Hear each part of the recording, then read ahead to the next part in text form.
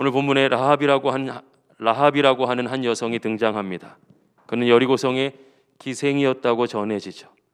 이런 설명을 들으면 우리는 바로 죄인의 샘플, 타락한 사람의 모델이구나 생각하기 쉽고 정죄하고 판단하게 됩니다. 그러나 고대 노예제 사회 속에서 신분이 낮고 부모를 의지할 수 없으며 경제적인 능력이 없는 여성의 삶에 여러분 어떤 선택권이 있었을까요? 인생이 한번 삐끄덕하거나 아니면 자기의 의지와 상관없이 흘러갈 때 그녀의 삶엔 어떤 소망의 빛도 없었을 것입니다. 찢기고 상처 입고 고통당하고 외로워하며 그 사람들의 그 판단하는 시선 속에서 살아도 죽음 같은 삶이었을 것이죠.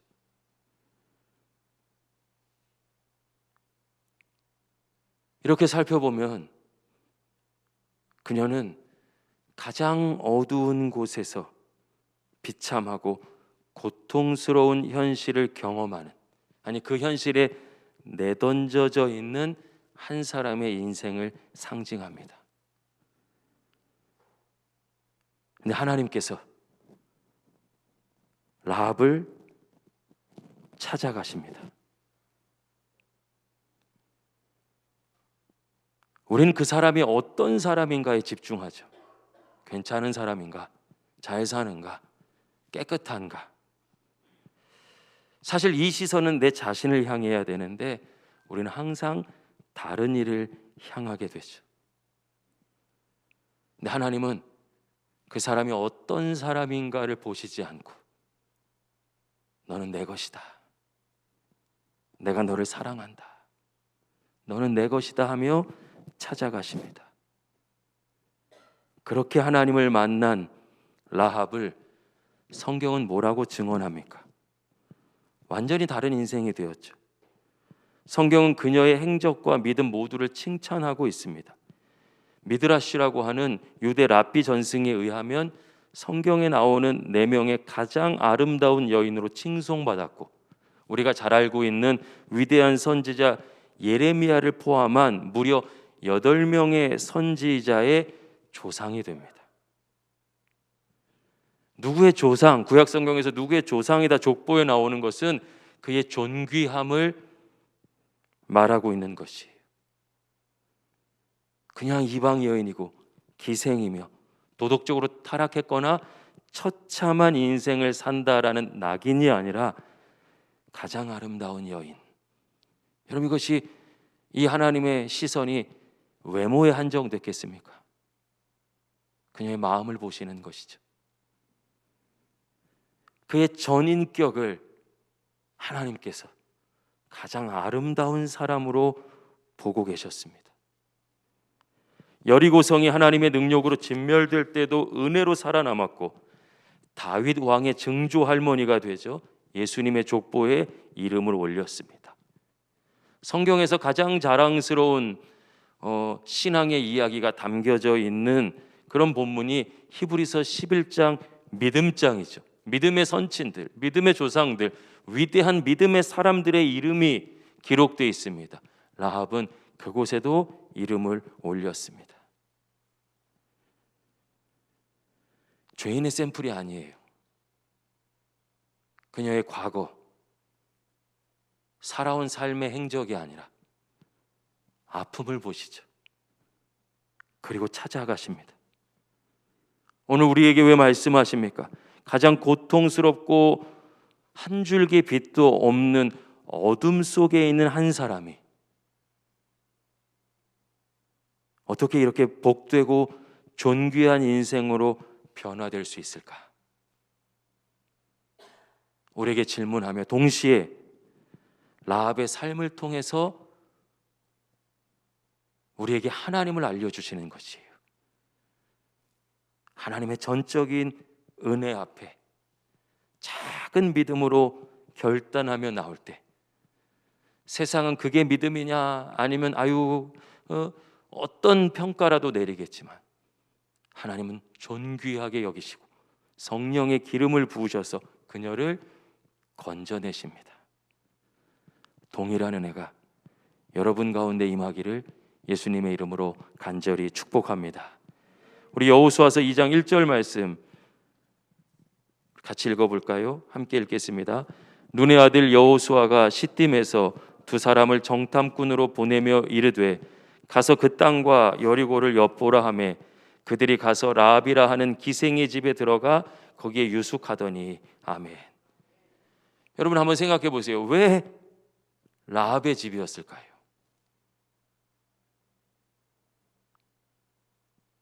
왜 아브라함이 믿음의 조상이 되었습니까?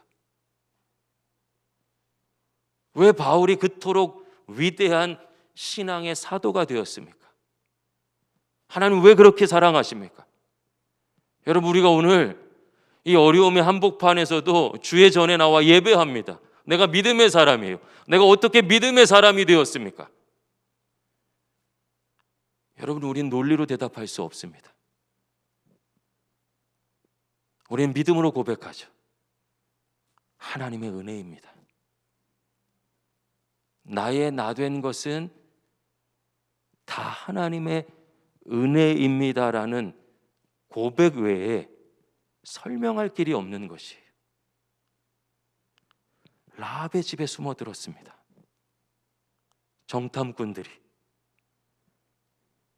우리 인생은 그 시기에 알지 못하지만 지나고 나면 나를 믿음의 자리로 인도해 주신 하나님의 그 놀라운 은혜를 깨닫고 나면 고백하게 되죠. 하나님의 섭리였구나. 그때야 비로소 알 수밖에 없는 영적인 한계를 가지고 있지만 그러나 믿음의 눈으로 볼 때 우리는 고백합니다. 하나님께서 하셨구나. 하나님께서 찾아가셨구나. 하나님께서 인도하신 정탐꾼들이 사람의 눈으로는 우연이에요. 라합의 집에 숨어들었습니다. 여러분 그런데 이 정탐꾼들의 생명도 살고 라합도 살며 하나님의 은혜가 오늘 우리에게까지 전해지죠. 하나님에게 우연은 없습니다. 여러분 우리의 만남이 유행가 가사도 우연이 아니라고 하는데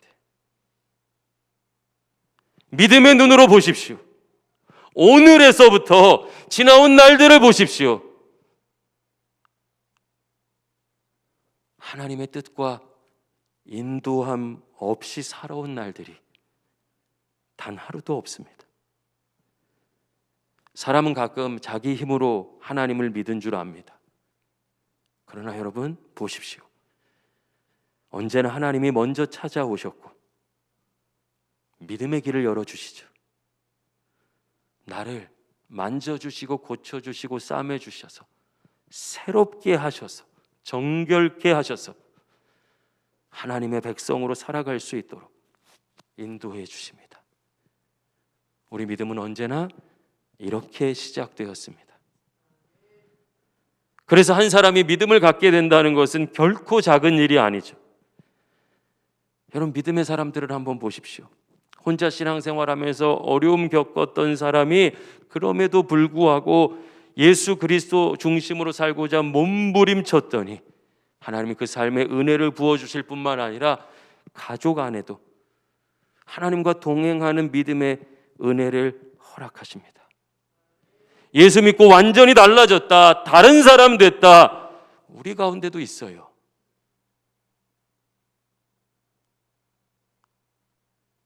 세상은 사람이 변할 수 없다고 하죠. 맞는 것 같아요. 세상에선 변할 수 없습니다.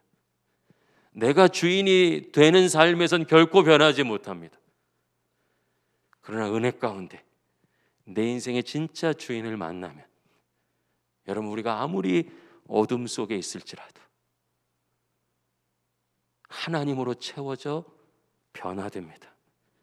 한국교회 역사를 보십시오. 망나니 그런 망나니들이 없지 않습니까? 그런데 예수 그리스도를 만나 인생이 바뀌죠. 사람을 괴롭히고 두드러 패고 집안을 풍비박산 내던 사람이 영혼을 살리는 주의 종이 되어 생명까지 아낌없이 내던졌던 믿음의 능력의 역사가 얼마나 많았습니까? 사랑하는 여러분, 이게 믿음의 능력입니다. 이것이 믿음으로 살아가는 삶입니다. 우리 믿음을 수치로 평가하거나 하나님께서 무슨 검사하듯이 한다면 사실 얼마나 되겠습니까? 그런데 그 작은 믿음을, 때론 늘 흔들리는 오락가락하는 내 모습을, 그 속에서 작은 것을 귀하게 여기셔서 하나님은 내 삶을 생명의 은혜로 채우시고 내가 열방을 향해 축복의 통로가 될 수 있도록 변화시켜 주시죠. 믿음으로 나갈 때, 그렇게 한 걸음 내디딜 때 어둠 속에 빛이 비치고 더럽고 추했던 것이 생명과 존귀로 바뀝니다. 허무하고 무의미했던 삶이 아름답게 변하고 인생의 절망과 모든 영적 침체를 이기게 하는 힘, 여러분 그것이 나의 작은 믿음의 결단 가운데 하나님께서 부어주시는 축복인 줄로 믿습니다. 여러분 왜 힘듭니까? 정직하게 속사람을 바라보면요, 그 작은 믿음까지도 놓친 거예요.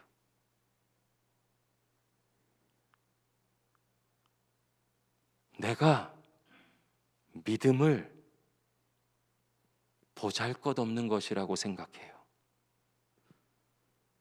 익숙해졌어요.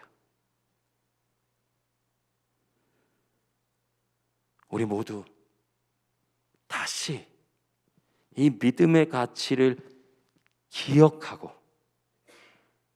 내 삶으로 가져와 나의 작은 믿음의 결단 위에 은혜 위에 은혜를 부어주시는 예수 그리스도 십자가 보혈의 권세를 누릴 수 있기를 예수님의 이름으로 간절히 축복합니다. 하나님이 찾아오셨어요. 하나님에 대한 소리를 들었습니다. 라합이 반응합니다. 우리 한번 확인해 볼까요? 여호수아서 2장 9절에서 10절 말씀 우리 한번 같이 읽어볼까요? 함께 읽겠습니다.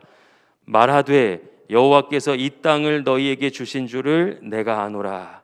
우리가 너희를 심히 두려워하고 이 땅 주민들이 다 너희 앞에 간담이 녹나니 이는 너희가 애굽에서 나올 때에 여호와께서 너희 앞에서 홍해물을 마르게 하신 일과 너희가 요단 저쪽에 있는 아모리 사람의 두 왕 시혼과 옥에게 행한 일, 곧 그들을 전멸시킨 일을 우리가 들었음이니라. 아멘. 들었어요. 누군가는 흘려버리죠. 하나님께서 라합을 찾아가셨어요. 여러분, 라합의 마음에 들렸습니다. 가장 처참하고 고통스러운 현실에 있는 그녀에게 하나님에 대한 소식이 들렸습니다. 깨닫게 되죠. 여리고가 멸망하는구나. 하나님의 능력을 통해서 여리고가 멸망하겠구나. 삶과 죽음이 하나님께 달려 있구나. 그녀는 하나님께 속해야 산다는 것을 깨달았습니다. 당시 고대 근동 지방에 하나님께서 함께 하시는 이스라엘의 기적과 역사를 모르는 사람이 없었습니다. 마음이 녹았어요. 두려워했습니다. 마음이 녹고 두려웠는데 여러분, 하나님을 알지 못했어요. 라합의 믿음의 반응이 여러분 얼마나 놀라운 것입니까? 우리가 똑같이 복음을 들었어요. 나는 주님 앞에 있어요. 이걸 어떻게 설명할 수 있습니까? 하나님의 은혜 외에 우리가 무엇을 말할 수 있겠습니까? 라합이 하나님을 바라봅니다. 하나님이 이에게 들렸는데 하나님을 바라봐요. 하나님께 시선을 돌립니다. 하나님은 도대체 어떤 분이신가? 어떤 분이시기에 저런 역사가 일어날까? 그럼 나에겐 내 이 처참한 현실 가운데도 그분은 찾아오시는가? 이 여리고가 진멸될 때 난 누구에게 속해야 하는가? 나 같은 사람도 만나주시고 도와주실까? 여러분, 라합의 마음과 시선이 하나님께 향했습니다. 많은 성도들이 하나님을 바라보지 못합니다. 결정적인 순간에 여러분, 믿음을 알고 있는데, 똑같이 하나님에 대해서 들렸는데 라합의 마음엔 심겨지고 다른 이들에겐 땅에 떨어진 것처럼, 여러분, 우리도 그냥 흘려갈 때가 있습니다. 믿음을 선택하지 못하죠. 왜 그렇습니까? 지금 당장 눈앞에 일어난 이 문제가 가장 크다고 보는 것이에요.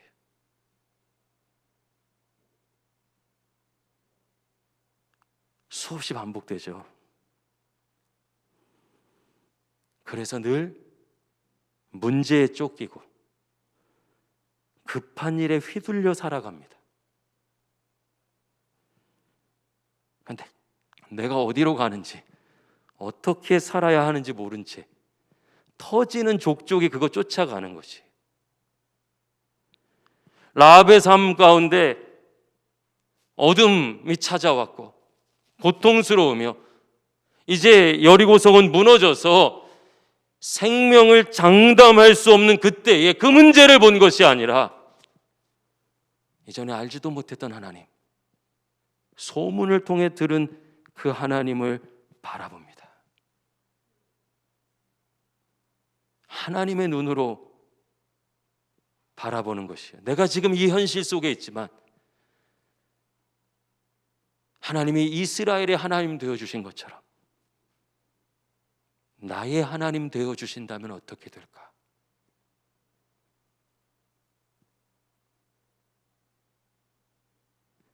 우리 이런 경험들이 있죠. 하나님, 시험 좀 잘 보게 해주세요. 하나님, 영광 돌리게 해주세요. 문제가 오면 힘겨워하며 하나님께 기도합니다. 하나님, 우리 마음을 아셔서 얼마나 오랫동안 반복해서 응답하셨습니까? 해결되면 잊고 삽니다. 그렇게 직장 갔어요. 직장을 간절히 구했죠. 하나님, 직장을 주시면 제가 믿음으로 살겠습니다. 하나님, 우리 자녀를 잘 되게 하시면 하나님, 제가 하나님만 의지하겠습니다. 하나님만 높이겠습니다. 그러나 좋아지면 또 잊고 내가 주인된 삶을 살아갑니다. 여러분, 한번 묵상해 보세요. 문제가 있을 때마다 기도했기 때문에 신앙이 좋아 보이지만 왜 그 사람의 신앙이 흔들립니까? 실상은 눈앞에 문제만 본 것이지 그 문제 가운데 나를 향한 하나님의 계획은 못 본 거예요. 아이고, 여리고 멸망한다에 머물러 있을 것인가? 전능하신 하나님, 이스라엘의 하나님의 백성이 되는 삶을 바라볼 것인가? 여러분, 우리가 내 삶을 향한 하나님의 뜻과 계획을 보지 못하면 은혜가 예비되어 있음도 알지 못하고 삶에 누릴 수도 없습니다. 나빠서가 아니라 여러분, 그런 신앙 안에 있으니 힘들면 찾고 해결되면 있는 그 모습에서 벗어나지 못하는 것이에요. 가까이 보면 우리 삶은 결국 망가집니다. 여러분, 이 세상엔 하나님의 법칙이 존재합니다. 오늘 잘 되는 사업에만 집중하는 기업은, 내일을 준비하지 못하는 기업은, 오늘이 전부인 것처럼 살아가는 기업은 다 사라졌어요.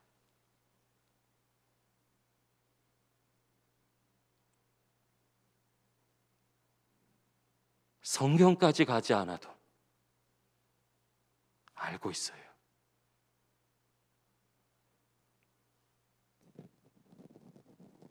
눈앞의 것만 바라보면 결국 무너집니다. 여러분, 믿음이 무엇입니까? 멀리 보는 훈련이죠. 하나님의 눈으로 지금만 보는 것이 아니라 영원히 동행하시는 하나님을 바라보는 것이죠. 그래서 믿음은 멀리 보는 훈련이고 하나님을 의지하는 훈련이고 기다리는 훈련입니다. 라합은 이대로 살면 안 된다, 죽는다,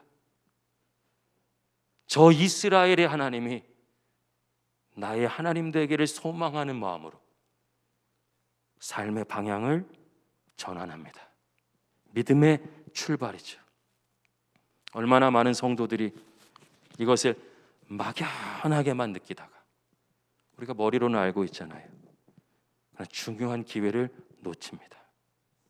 이렇게 살면 안 되는데, 이렇게 믿으면 안 되는데, 이렇게 현실만 쫓아가면 안 되는데, 내 삶이 늘 쳇바퀴 도는 것, 이게 아닌데, 암담한데 멈춰 있어요. 정말 그것이 여러분을 향한 하나님의 뜻일까요? 우리 마음에 있습니다.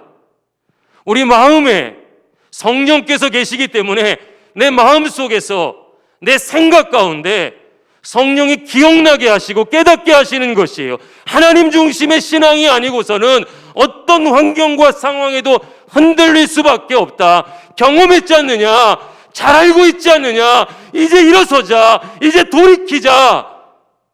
우리 마음에 들려요.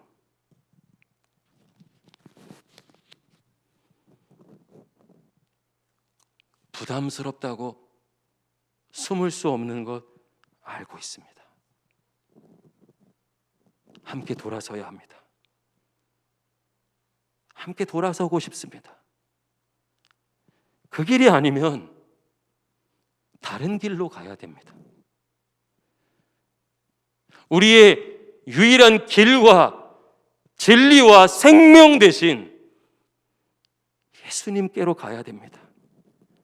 모르겠으면 물어야 합니다. 하나님께 물어야 합니다. 하나님, 이 길이 맞습니까? 내가 이렇게만 가면 되는 것입니까? 물어야 합니다. 주님을 바라보며 묻고 방향을 바꾸는 것.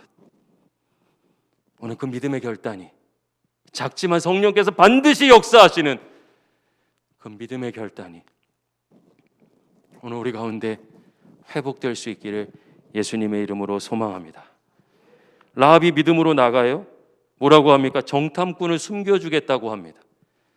여러분, 그냥 너무 이야기로 많이 들어서 익숙한지 모르겠지만 목숨을 걸고 지키겠다는 것이죠.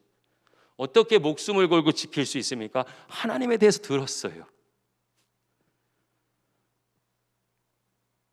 하나님이 하실 일이 보이는 것이에요. 하나님께 속하지 않고서는 안 된다는 마음이 일었어요. 그래서 목숨을 걸고 지키겠다고 합니다. 여러분, 참 놀라워요. 가만히 있으면 죽는다는 것을 안 것이에요.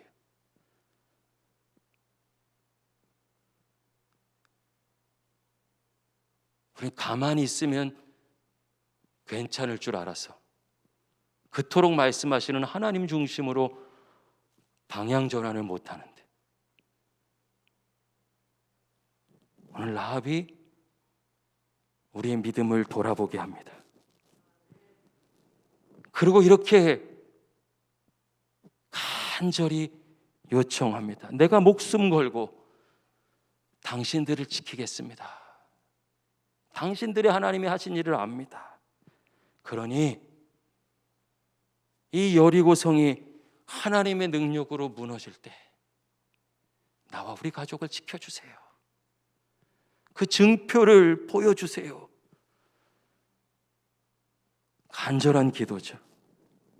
이게 어떤 의미일까요? 주님, 제가 주님의 백성으로 주님만 믿고 의지하며 살겠습니다. 다른 길이 없음을 압니다. 그러니 약속하신 대로 인도하여 주시옵소서.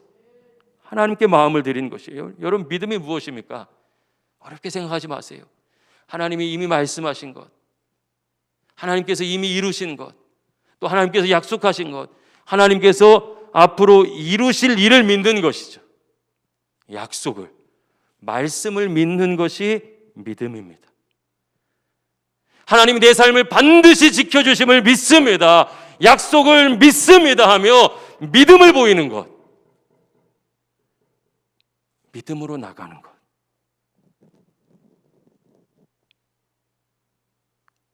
그것이 믿음이에요.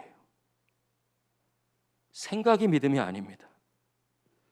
그때 하나님께서 정탐꾼들을 통해서 하나님의 마음을 주시죠. 약속을 부어주십니다. 붉은 줄을 매달고 그 집에 있으면 그 속에 있는 사람은 다 산다. 여러분, 붉은 줄은 무엇입니까? 출애굽 당시에 이스라엘 백성을 대속한 어린 양의 피를 상징하고 동시에 우리를 위해서 오늘도 자신을 십자가의 제물로 내어주시는 예수 그리스도의 보혈을 예표하는 것이죠. 미리 보여주는 것입니다. 어린 양의 피가 있는 곳에 구원이 있었습니다. 붉은 줄이 매달려 있는 라합의 집은 재앙을 면합니다. 오늘 우리가 예수 그리스도 안에 있으면 영원한 구원의 은혜, 환경과 상황을 넘어서는 하나님의 능력이 동일하게 임하게 될 줄로 믿습니다. 할렐루야. 라합은 이 약속을 소중하게 여겼어요. 바로 매답니다. 바로 매답니다. 이 절망적인 상황 속에서 자신과 가족을 구원할 유일한 길이 붉은 줄임을 믿었어요. 여러분, 믿으니까 아는 것, 생각하는 것에서 그치지 않고 움직였습니다. 알고 생각하고 움직이는 것 다 더해서 믿음이라 합니다. 오늘 우리는 어떻습니까? 우리를 향한 하나님의 약속을 어떻게 대하고 어떻게 믿고 있습니까? 여러분, 사단은 오늘도 동일하게 말합니다. 많이 들었잖아. 다 알고 있는 얘기잖아. 또 이렇게 지나가.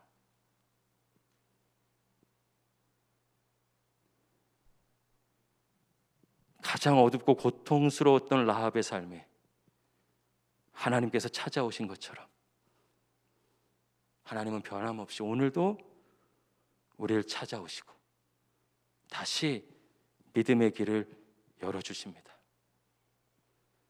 그 작은 한 발걸음에 하나님은 하나님의 영광을 쏟아부어 주셨고, 오늘 우리는 성경이 말하는 가장 아름다운 4명의 여성 중 한 명, 전설 같은 인물, 아름답고 존귀함으로 가득 찼던 한 사람, 라합을 봅니다. 다시 동일한 은혜가 부어지기를 예수님의 이름으로 축복합니다. 믿음의 자리로 부르셔요. 작지만 그 믿음의 결단이 하나님의 약속의 성취가 되고 우리 삶을 완전히 바꿀 수 있기에 약속의 하나님, 신실하신 하나님은 오늘도 우리를 부르십니다. 우리가 다시 믿음으로 서기를 원하십니다. 이제 세상도 코로나19의 어두운 터널을 지나 일상을 회복할 준비를 하고 있습니다. 이런 얘기 저런 얘기도 하지만 여러분, 어마어마한 모험이죠.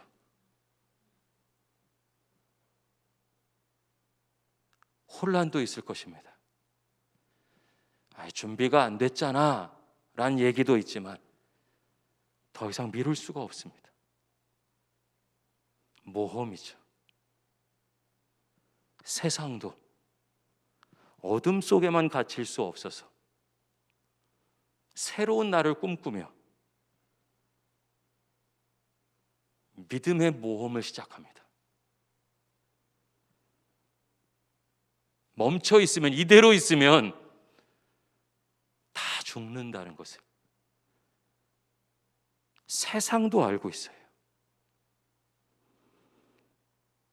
성도인 우리에게 여러분, 위드 코로나 코로나19 이후의 일상을 준비하는 것이 그저 현장 예배의 회복일까요?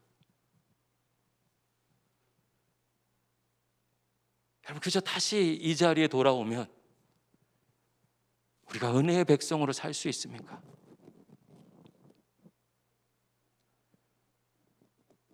결국 장소가 진리였습니까? 아니잖아요.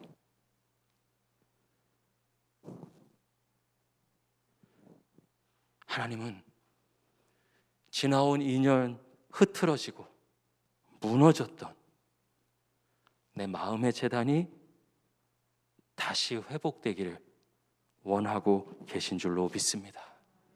내가 정말 약속을 신뢰하는가? 더 이상 두려움에 떨지 말고,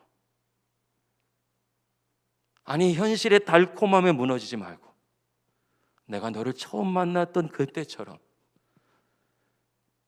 믿음으로 나를 찾을 수 있겠니?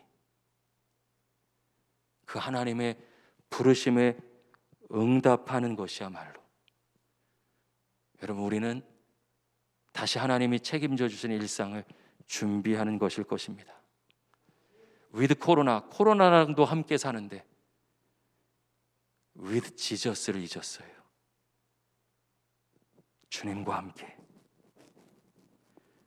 진정한 회복을 위해 부르시는 주님의 음성 앞에, 주님, 여전히 부족하지만, 여전히 두렵지만, 여전히 부담스럽지만, 힘들지만 아멘으로 일어서겠습니다. 나와 함께하여 주시옵소서. 은혜의 주인공 될 수 있기를 예수님의 이름으로 간절히 축복합니다. 기도하겠습니다.